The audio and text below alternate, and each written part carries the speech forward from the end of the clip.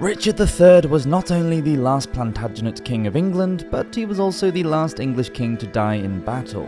Born October 2nd, 1452, he became known as a bad man and an even worse monarch. Always surrounded by controversy, he even had his own appreciation society, which has defended his honour since 1924. His reputation as a grasping tyrant has followed him down through the centuries, and with the usurping of his own nephew Edward V in 1483, and his supposed involvement in so much cruelty and betrayal, it's not really surprising. His defeat ended the War of the Roses, but that's not the final chapter in Richard's story, as over 500 years later, his battered body would finally be laid to rest in Leicester Cathedral. Welcome to Medieval Madness.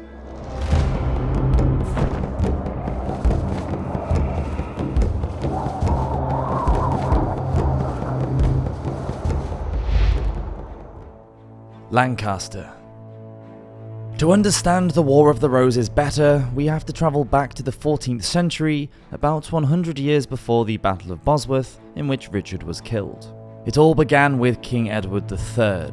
He had 5 sons, and normally the throne would pass to the eldest male and then to his eldest son through the years. The problem was that Edward's heir, Edward the Black Prince, died before his father, so the crown had to pass to his grandson instead, Richard II. Unfortunately, Richard was only 10 years old when Edward III died. It was his uncle, John of Gaunt, the Duke of Lancaster, rather than his uncle Edmund, Duke of York, who took on the mantle of protector and advisor to the young monarch. Richard II turned out to be a weak leader, who was lucky to survive several crises during his reign, including the Peasants' Revolt. In fact, many historians now believe that he had some sort of personality disorder that rendered him incapable of being able to rule competently.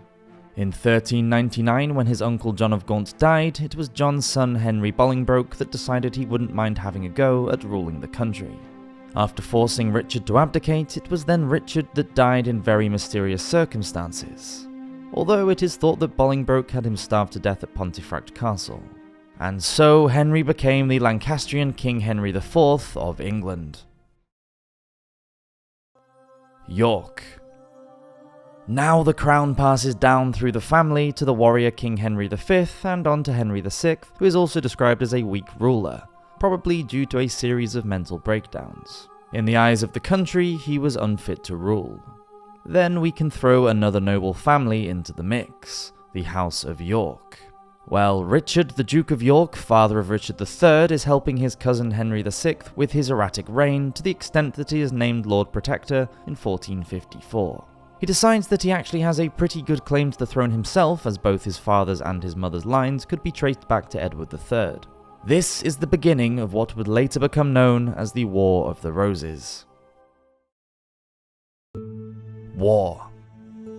Richard, Duke of York, is killed at the Battle of Wakefield in 1460, but the quest for the throne is taken up by his eldest son Edward IV, who happens to be Richard III's brother. Edward and Henry fight it out with the crown passing backwards and forwards like a tennis ball at Wimbledon for quite a few years.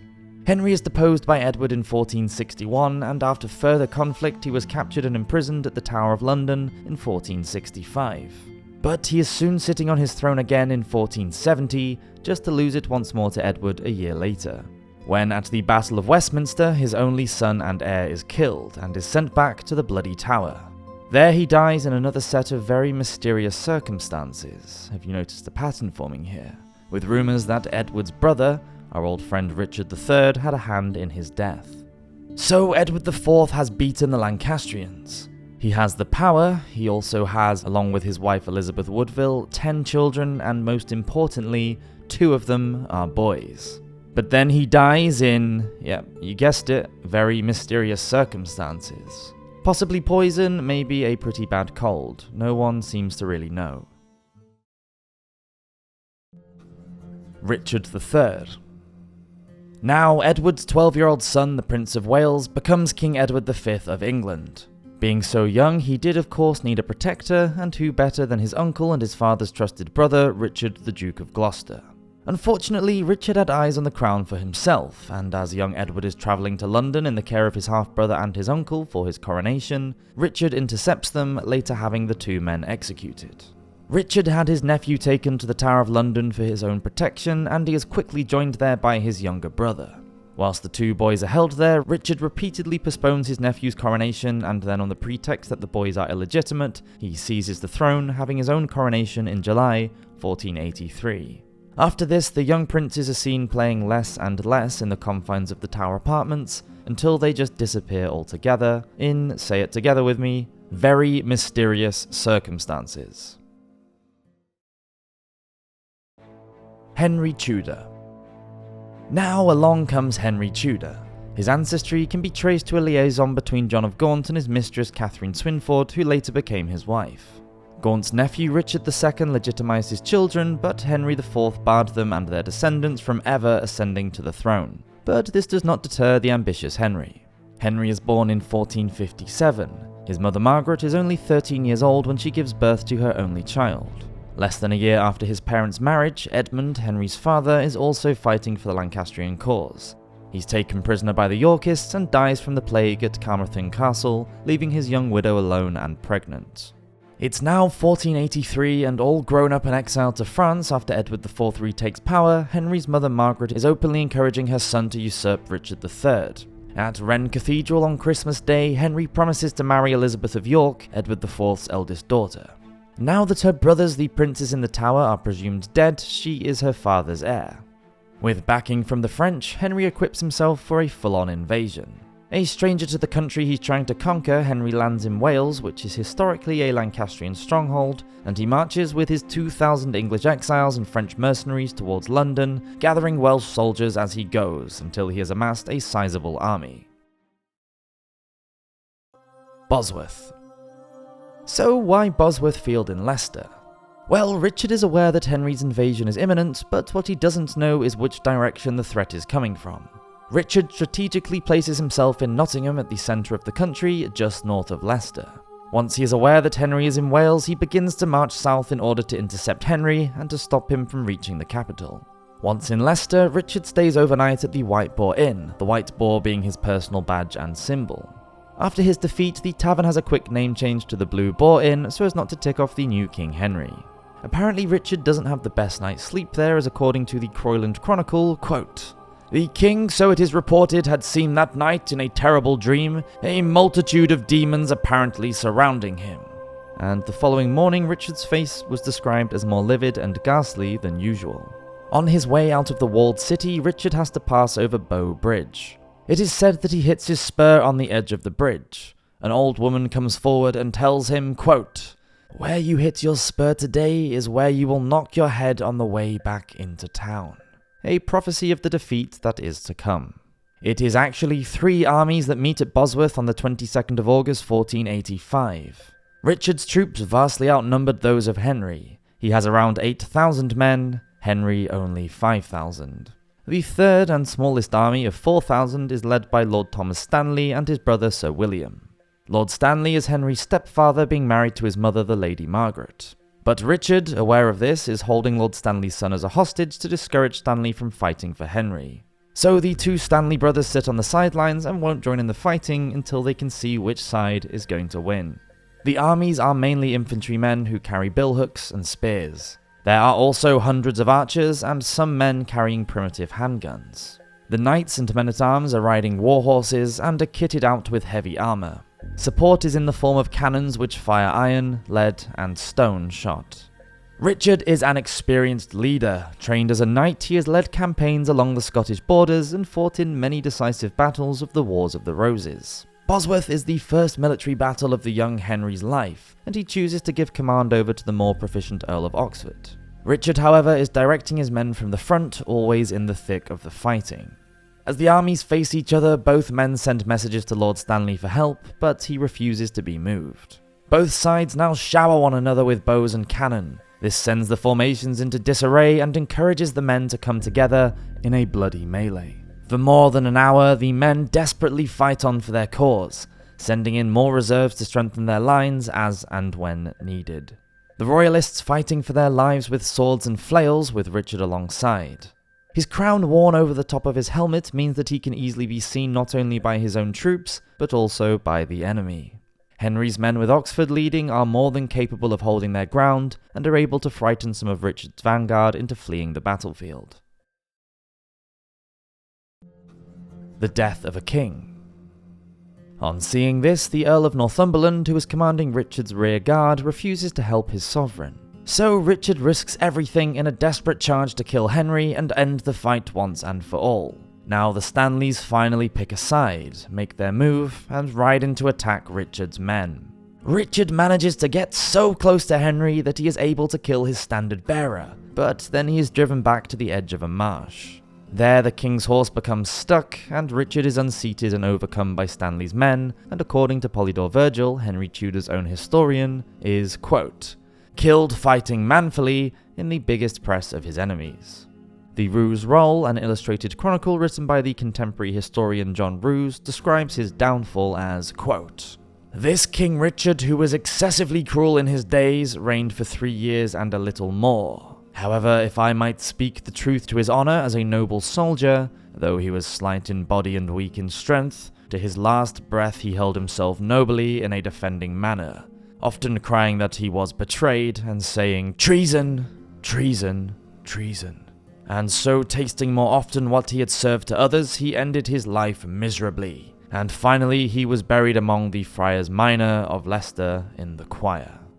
Richard is dead and the battle is over with the loss of over 1,200 men. His golden crown is recovered and placed upon Henry Tudor's head by Lord Stanley, making him now King Henry VII of England. Soon he fulfills his promise made in Rennes and marries Elizabeth of York, finally bringing the House of York and Lancaster together in the House of Tudor. The Looking for Richard project. The Crowland Chronicles describes the treatment of the dead monarch's body after the battle.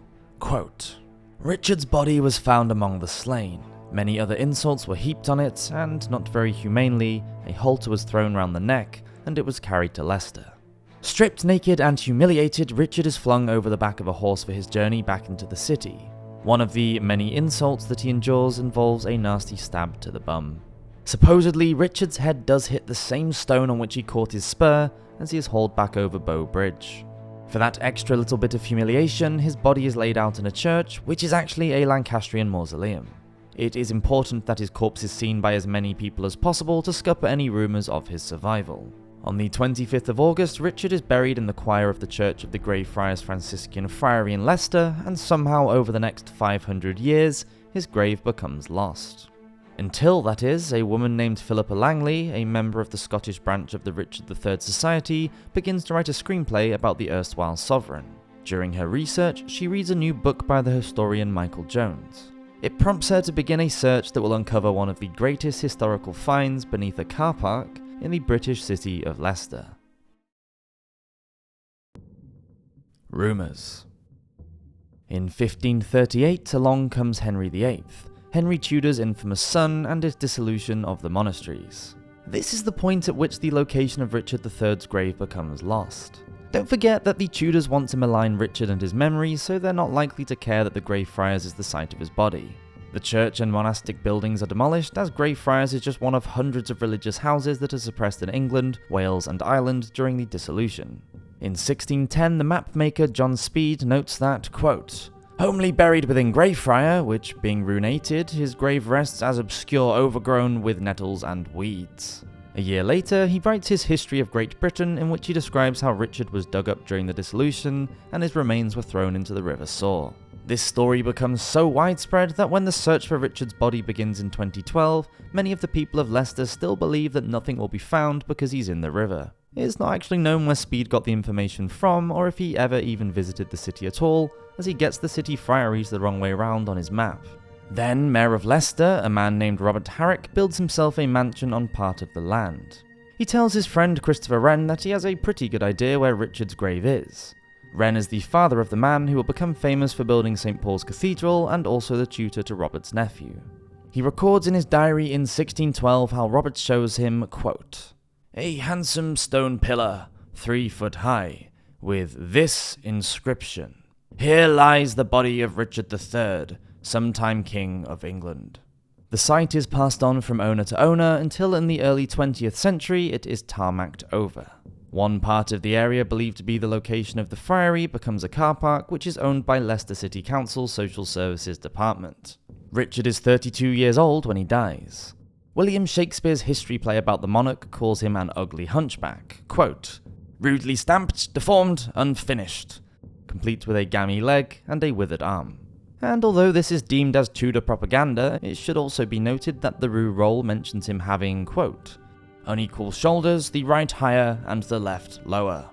However, Nicholas von Poplau, who is a Silesian knight visiting the English court from Central Europe, has a kinder description of the high-born prince. A year before his death, he said, quote, 3 fingers taller than I, but a little slimmer, and not as thickest as I am, and much more lightly built. He has quite slender arms and thighs, and also a great heart. Without knowing Sir Nicholas's height, though, it's difficult to know Richard's, but it does seem that there is a real possibility of some sort of spinal abnormality. A gut feeling. Now we can introduce Philippa Langley and her Richard III screenplay. She decides to take a research trip to Leicester to view the sites associated with Richard. She visits what is left of the castle, the site of the former White Boar Inn, and she even crosses Bow Bridge. Then she takes a detour to the area where it is thought that Greyfriars Friary once existed.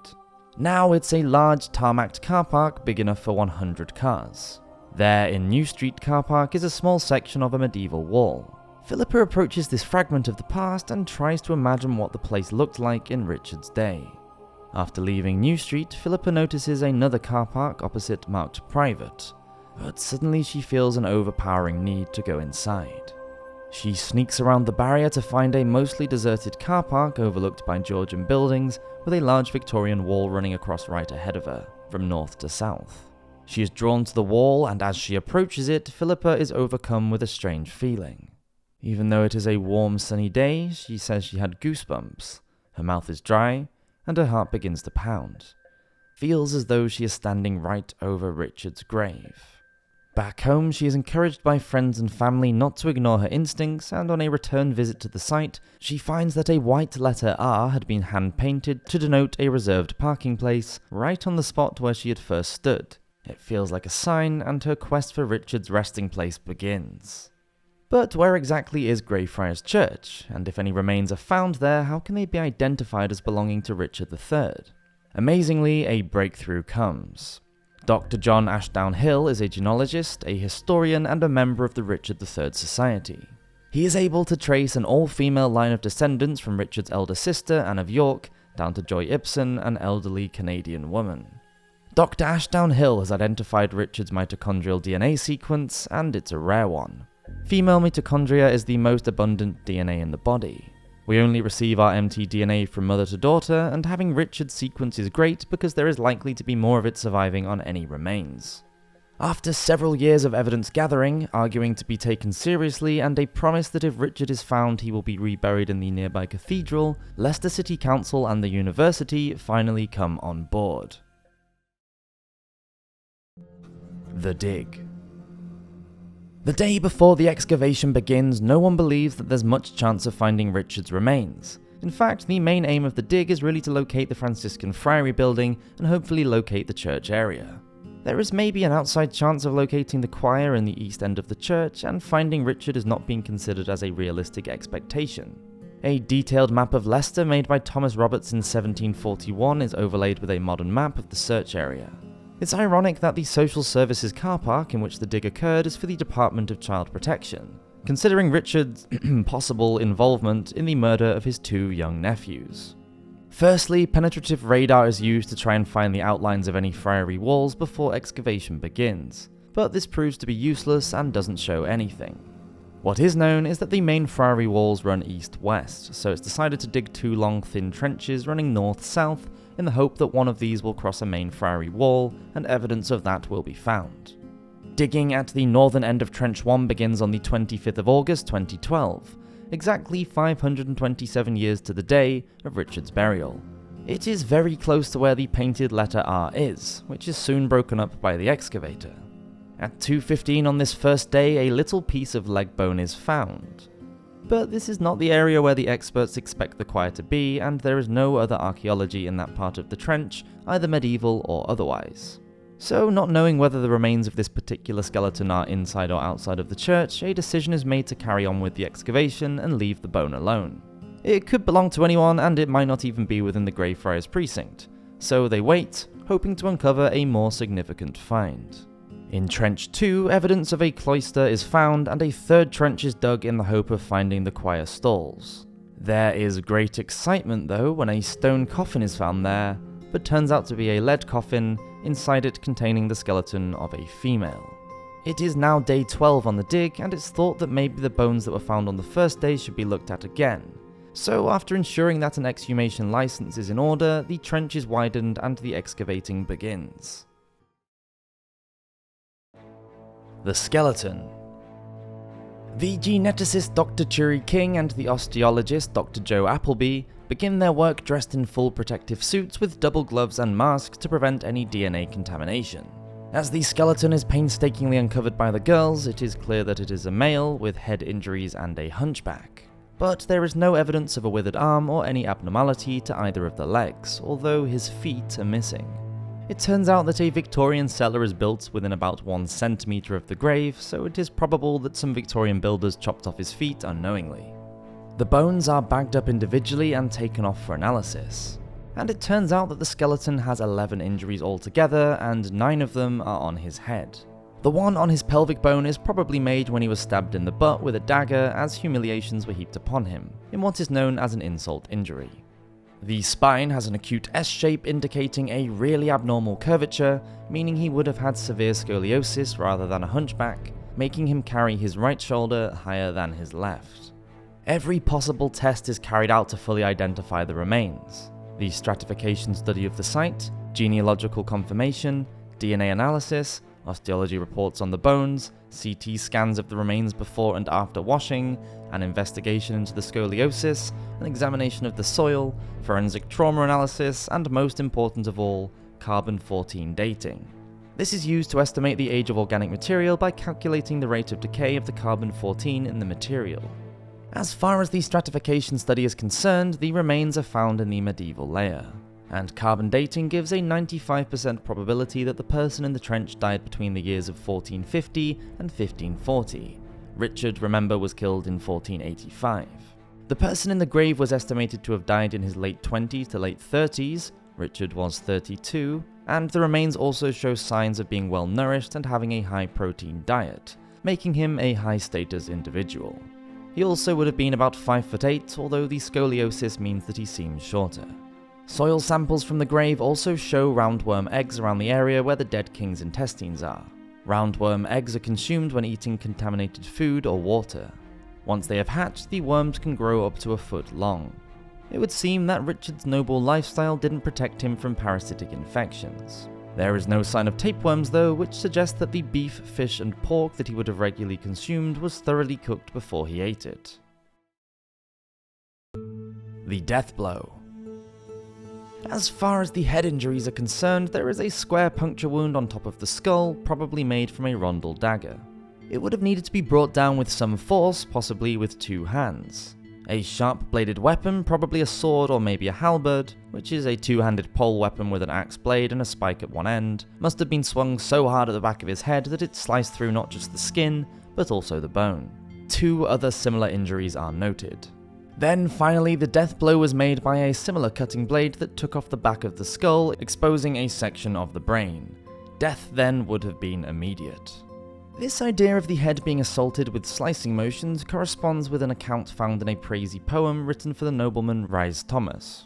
Thomas had more than just a passing interest with the events at the Battle of Bosworth, and some even say that he was responsible for providing the fatal blow to King Richard. A staunch Lancastrian, that doesn't stop Thomas from taking an oath to defend the Yorkist King Richard. As a reward, Richard makes him principal lieutenant in southwest Wales. But when Henry Tudor lands on the Welsh coast, Thomas betrays the king and joins Henry's forces, gathering Welshmen as they march towards battle together.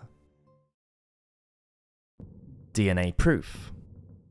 A facial reconstruction of Richard begins by an expert in facial anthropology using 3D CT scans and photographs of the skull. Ancient DNA is notoriously difficult to manage and takes much longer to isolate than modern DNA. It degrades after death and will only be available in small amounts, if any. Hoping that the dead monarch's DNA will be protected by the enamel, 4 molars are removed from the skeleton's mouth. They are ground up into a fine powder, half being sent to the University of York and the other is sent to a university in Toulouse, France. The idea being that using 2 samples and 2 testing sites will avoid the possibility of error. Sadly, Canadian woman Joy Ibsen had passed away in 2008, but her son Michael, who lives in London and is thought to be Richard's 17th generational nephew, has his DNA sequenced and the code is identified. It turns out that it is a complete match, and Michael is a direct descendant of King Richard's sister, Anne of York. War of the Roses Part 2 – Electric Boogaloo. Now it has been proved that the skeleton is the medieval King Richard III, there are calls for him to be reburied in somewhere more fitting for an English monarch, such as Westminster Abbey in London. But it is those who believe that Richard should go back to York who make the most noise. Represented by the Plantagenet Alliance, they insist that Richard wished to be buried there. 15 non-direct descendants of the dead monarch file a court case in August 2013 to contest his Leicester burial and insist he is reinterred at York Minster instead. A judge rules that there is a legal standing to challenge his burial in Leicester, but advises the parties to settle the matter out of court. However, in May 2014, it is decided that there are no public law grounds for the court interfering with the decisions in question, because Richard has millions of descendants, and therefore the group are not the only people who can speak on Richard's behalf. There are those, though, who think that York have had a lucky escape, such as the controversial historian David Starkey, who when asked at a lecture and book signing in York what he thought of Leicester winning the rights for the burial, replied, quote, "He was a bloody terrible king, let them have him." Finally at peace. Michael Ibsen, whose DNA proved to be invaluable in identifying Richard, is a carpenter and he designs the English oak coffin for the reinterment. The skeleton is sealed inside a lead-lined ossuary before being placed inside the wooden coffin. Richard is then taken out to the Bosworth battlefield where he had met his violent death on the 22nd of March 2015, after a ceremony outside the main building of Leicester University.